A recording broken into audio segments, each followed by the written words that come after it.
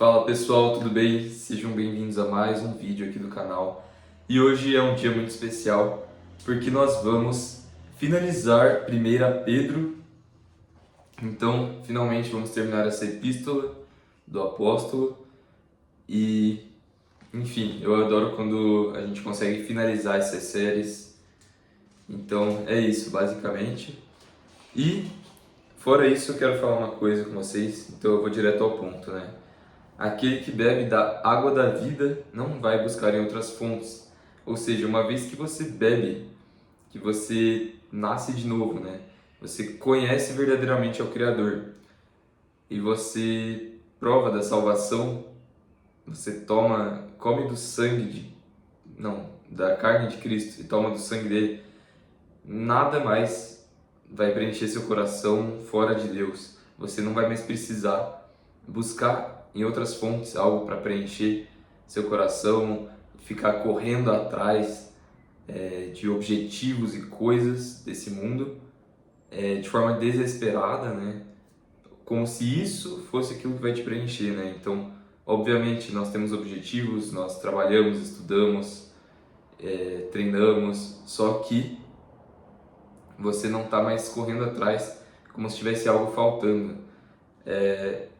Por quê? Porque o Criador dos céus e da terra nos fez. Então a única coisa que é capaz de nos preencher é o Espírito Santo dele, é o Filho dele, né? Receber a salvação pelo sangue de Jesus é a única coisa que vai nos preencher e curar nossas almas, nosso coração. Então é isso, aquele que prova da água da vida não vai buscar em outras fontes. E outra coisa que eu anotei aqui, que ao que tem ser-lhe-á dado. Isso é uma coisa muito interessante, que eu não entendia quando eu escutava isso, quando eu era mais jovem, né? E agora eu entendo. Basicamente é o seguinte, né? Eu já falei isso aqui alguma vez, mas vou repetir. Então, toda vez, aliás, se você tem, você vai receber no fim, e quem não tem vai perder tudo, até o que não tem. Por quê? Porque se você tem Jesus, se você tem a salvação no Espírito Santo, você vai receber tudo, certo? Isso também está numa parábola que o Messias fala, dos talentos, né? Então você vai receber tudo por herança. Por quê? Porque nós somos co-herdeiros de Cristo, como o apóstolo Paulo explica. Então nós vamos herdar todas as coisas do céu, o reino de Deus, que nós nem merecemos, e a vida eterna, a coroa, enfim, a coroa inclusive que eu vi em alguns testemunhos já celestiais, que basicamente a coroa que nós ganharemos, ela tem pedras preciosas. E se você ganha mais almas para Deus, ou seja, não é sobre obras, sobre você ficar tentando ser bom, mas você realmente ganhar almas para Deus, receber essa graça, você vai ter mais pedras preciosas nessa sua coroa. Então é por isso que nós temos que investir também nos tesouros do céu, não por causa de se preocupar assim com uma coroa, mas porque quanto mais você estiver próximo de Deus lá, melhor ainda, sabe? É isso que eu penso. Então é óbvio que nós temos a parábola dos trabalhadores da última hora, que mostram que todos receberão o mesmo salário, até os que chegaram na última hora, que é a salvação, o salário, né? Todos receberão uma moeda. Porém, nós seremos reis e sacerdotes lá no céu. Todos estaremos no mesmo lugar, né? Não é o que o mormonismo prega, que tem vários níveis de céu. Se você faz mais obras, você vai estar em outro lugar. Não existe isso. Também não existe isso de vários níveis de lugares ruins, de acordo com o que a pessoa fez de ruim. Isso não é bíblico, tá? Isso não vem do Criador. Então só existe um destino para os ímpios, que é pagar pelas suas obras, porque eles não foram remidos no sangue de Jesus, e ir para o lago de fogo e ser extinguidos, porque a vergonha é eterna, a consequência é eterna, né, a condenação, mas não ficar sendo torturado eternamente. E o outro lugar é você ir para o céu, você ir para Nova Jerusalém, para a eternidade com o Criador. Então todos estaremos no mesmo lugar, apesar de que talvez existam uma recompensa diferente, um galardão diferente, porque isso é bíblico também, mas todos receberão a vida eterna e estaremos no mesmo lugar lá, na mesma cidade celestial e santa, né? Então, isso precisava ser falado, né? E aí, para finalizar o ensinamento, né, ao que tem ser-lhe dado, porque a gente tem o Espírito Santo, temos Jesus, e nós herdaremos o céu. Mas ao que não tem, então ser-lhe tirado até o que não tem. Então eles já não têm o Espírito Santo, eles já não têm a salvação, mas eles irão para longe da presença do Criador. E não vai ser legal, basicamente, vai ser bem ruim lá. Então vale a pena temer o Criador, não só pelo temor do quão ruim vai ser estar longe dele, mas por causa das promessas que ele nos deu e por ele ser fiel, né? Fiel ao que nos prometeu, portanto, nos apeguemos a essas promessas celestiais e sempre retendo a esperança da salvação e da fé em Jesus Cristo. Então, para a gente finalizar aqui, né? 1 Pedro, capítulo 5, na Nova Almeida, revista e atualizada. Conselhos aos presbíteros e aos jovens. Inclusive eu ouvi esses dias, né? Presbítero significa aos mais velhos, aos anciãos. Eu ouvi isso no canal do Thiago Lima. Então tem, infelizmente, falsos pastores, falsos profetas, falsos mestres, que eles pegam um versículo que fala que... Como que é? Não me lembro agora, tá? Eles pegam um lá que fala do salário do obreiro é dobrado, sendo que está falando sobre alimento, sobre sustento, né? E não sobre luxo, sobre receber um dinheiro.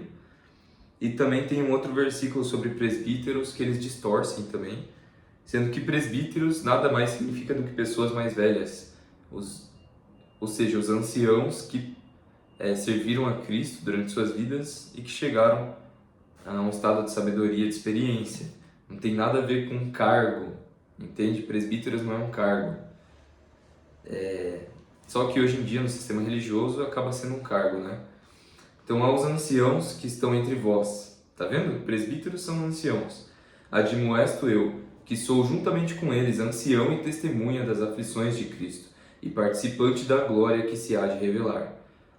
Apacentai o rebanho de Deus, que está entre vós, tendo cuidado dele, não por força, mas voluntariamente, nem por torpe ganância, mas de ânimo pronto. Então aqui, naturalmente, os presbíteros, que são os mais velhos, vão ser os líderes espirituais e aqueles que apacentam o rebanho do Criador, né? Que guiam as pessoas ao único pastor. Então é natural, né? Apesar de, por exemplo, eu ser jovem, eu estar aqui, é natural que as pessoas olhem para pessoas mais velhas e tenham essa sensação mais de liderança espiritual. E que essas pessoas, não é uma regra, né? Infelizmente tem muitos idosos ímpios, tolos e não sábios, mas a tendência é a pessoa adquirir experiência, né? Nem como tendo domínio sobre a herança de Deus, entende? Mas servindo de exemplo ao rebanho. Ou seja, claramente o apóstolo aqui, e os apóstolos, eles serviam, né? Apesar de eles receberem autoridade para expulsar demônios, para fazer curas, milagres, apesar de eles terem autoridade do alto, eles eram servos, se faziam servos.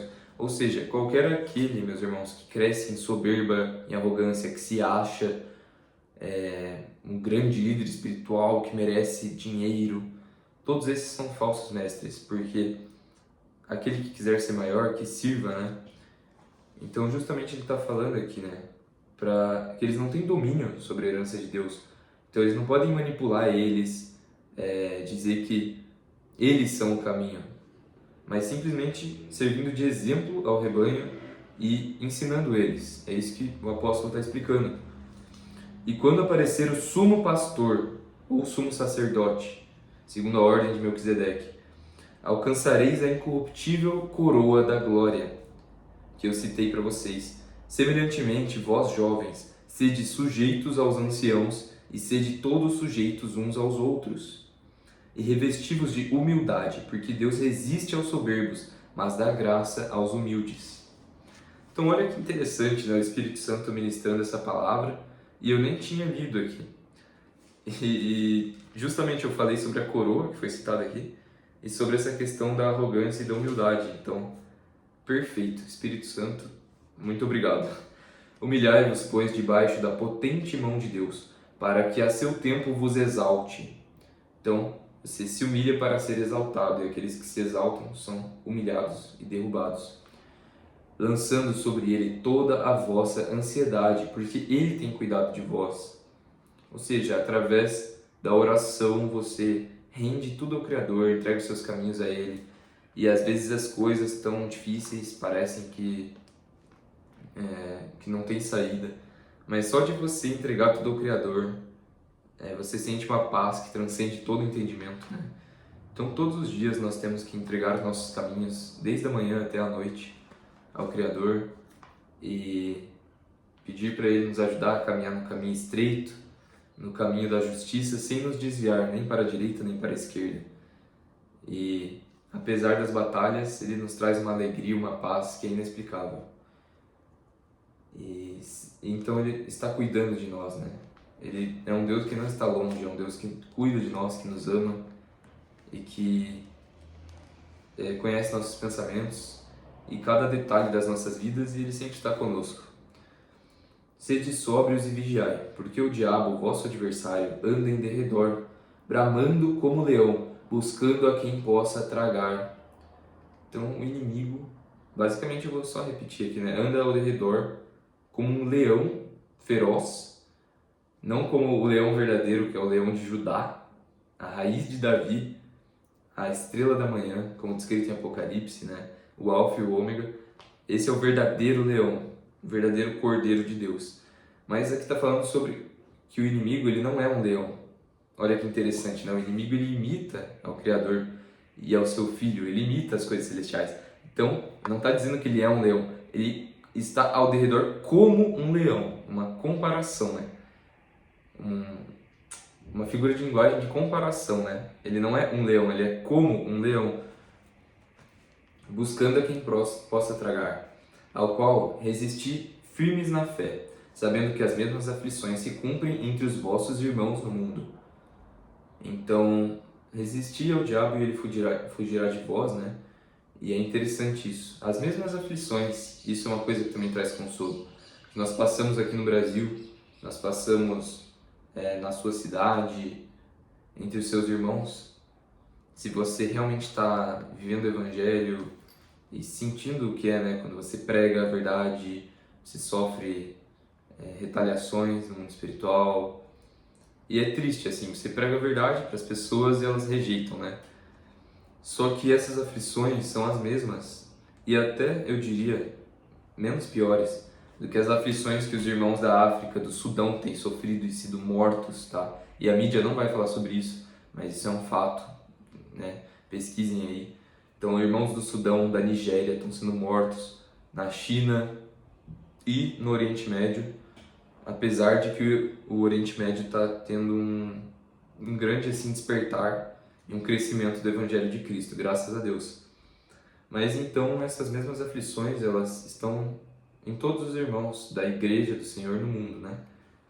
A Igreja que são os eleitos, os escolhidos. E que eles inclusive não são eleitos por serem melhores que os outros, mas por se renderem ao Criador, por compreenderem, por serem humildes, né? Como Jesus diz, de quem que você acha que Deus se agrada mais? Daquele que se humilhou perante o Criador ou daquele que está dizendo, o fariseu, graças a Deus que eu não sou esse publicano? E Deus se agradou mais do publicano que estava se humilhando perante o Criador. Então, por que que Deus gosta que as pessoas se humilhem a Ele? Porque Ele é mau e Ele enfim, Ele quer que você se humilhe e Ele fica feliz com isso? Não, é porque Ele é santo. Como Ele é santo, nós precisamos dele. É uma questão de reconhecimento. Você reconhece a sua dependência ao seu Criador, ao seu Pai que está nos céus, e que você não consegue ser salvo pelas suas obras, porque as nossas obras são como trapos imundos para o Criador, a Bíblia diz. Então, não que Ele não fique feliz de você fazer uma coisa boa, mas no sentido de que a sua obra não pode te salvar. Então, dessa forma, Ele prefere que a pessoa seja humilde, arrependido. Ele veio para os pecadores que se arrependem, certo? para poder dar-lhes a vida eterna do que para alguém que acha que está sendo uma pessoa boa, mas que não tem o coração entregue e rendido a Ele. É isso que Ele quer, porque nós precisamos dele, temos que reconhecer isso. Então, interessante que Deus me deu essa palavra aqui, né? E agora finalizando com as saudações e bênção. Ora, o Deus de toda graça, que em Cristo Jesus nos chamou à sua eterna glória, depois de haverdes padecido um pouco, o mesmo vos aperfeiçoe, confirme e fortifique e estabeleça. Então, realmente, antes de vir a Jesus, apesar de você enfrentar batalhas estando do lado dele, é muito melhor. Você não está mais sozinho, você tem a alegria, a paz de Deus. Então, eu me sentia perdido. Esse é o sentimento quando eu lembro do passado, quando eu não tinha entregado minha vida a Jesus. Era como se eu tivesse perdido no mundo. Então é por isso que ele diz, né? Ele nos chamou à sua eterna glória depois de havermos padecido um pouco. O mesmo vos aperfeiçoe, confirme, fortifique e estabeleça. A ele seja a glória e o poder para todo o sempre. Amém. Por Silvano, vosso fiel irmão, como considero, escrevi abreviadamente, exortando e testificando que esta é a verdadeira graça de Deus, na qual estáis resolutos. Saúda-vos a igreja coeleita que está em Babilônia e meu filho Marcos. Olha que interessante, eu não tinha prestado atenção nisso. Então até na Babilônia, naquela época, chegou o Evangelho. Então Deus ele não faz acepção de povos, de etnias, de pessoas, até porque ele criou todas as etnias, né? Ele escolhe pessoas de todo povo, tribo, língua e nação que foram compradas pelo sangue de Jesus. Então todo aquele que escuta o Evangelho, crê, se arrepende e se rende ao Criador e recebe o Espírito Santo e as leis de Deus que antes pareciam tão pesadas, né? O Espírito Santo mesmo muda seu coração, seus pensamentos e vai te ajudar a seguir a vontade de Deus. Isso é para todo mundo, todos os povos, né? Então, Marcos, né? Meu filho Marcos, eu acho que Marcos é quem escreveu o Evangelho de Marcos, que, mais uma curiosidade antes de finalizar o vídeo, né? Marcos escreveu o Evangelho, mas é o ponto de vista do apóstolo Pedro. Ele escreveu pelo apóstolo Pedro, tá? Então, filho aqui eu acho que não é filho da carne, é como se fosse o discípulo dele, né? Assim como Elias tinha um discípulo que era... Putz, não me lembro agora. Eu acho que era Eliseu, se eu não me engano, tá? Não tenho certeza. E eu acho que Eliseu tinha Geazi. Mas, resumindo, sempre eles tinham discípulos, antigamente. Assim como Davi, todos tinham conselheiros e discípulos, tá? Os profetas tinham pessoas que ajudavam eles. Apesar de serem pessoas normalmente solitárias e separadas para Deus. Então, o último versículo aqui, perdão pela enrolação. Saudai-vos uns aos outros com ósculo de amor. Paz seja com todos vós que estáis em Cristo Jesus. Amém. Então é isso, meus irmãos. Paz seja com todos vós. Que a graça também esteja com vocês. O Espírito Santo nos edificando, nos transformando de fé em fé, de glória em glória. E que Ele nos ajude a ganhar almas, a pregar o Evangelho. Independente se você é homem, se você é mulher, se você é jovem, se você é velho. Que nós possamos fazer a nossa parte para, naquele dia, poder olhar para o Criador com alegria no nosso coração por termos feito o nosso melhor, tá bom? Então é isso, que o Criador vos abençoe e nos aperfeiçoe sempre. Em nome de Jesus, amém e até a próxima. Fui!